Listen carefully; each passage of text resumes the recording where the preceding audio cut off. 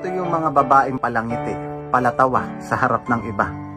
Pero sa totoo lang, nakasuot lang ng maskara kung saan nakatago yung mga problema at tunay nilang nadarama.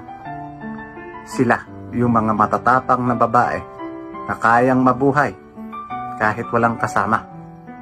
Iba ang gusto sa kailangan. Hindi nila ginusto maging matapang, pero kinailangan nilang maging matapang dahil alam at sanay sila na hindi umasa sa iba sa tuwing may problema. Mahirap makapasok sa buhay ng isang babaeng matapang. Mataas na pader ang aakyatin mo, pero oras na makapanik ka dyan, mamahalin ka pabalik. Ibang klase magmahal ang mga yan. Pag may problema ka, lagi yan nandyan sa tabi mo, handang tumulong sa'yo.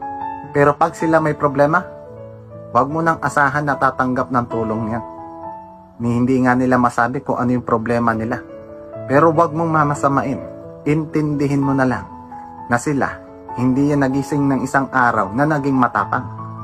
Hinubog ng panahon niya. Nahasa at pinagtibay ng mga pagsubok ng buhay. Mag-isa. Kaya kayang-kaya kang iwanan niya kung kinakailangan. Kaya ang payo ko, simple. Kung ikaw iibig sa isang babaeng matapang, good luck sa iyo. Huwag mong intindihin kung anong itsura mo, dahil hindi nila tinitignan kung anong itsura mo, kung hindi kung ano ang kaya mo. At ikaw, babaeng matapang ka, ikaw, hindi lahat ng panahon matapang at matibay ka, ha? Kung ang cellphone naubusan ng baterya, ang kotse naubusan ng gasolina, ang ilog natutuyuan ng tubig, ikaw pa kayang tao ka?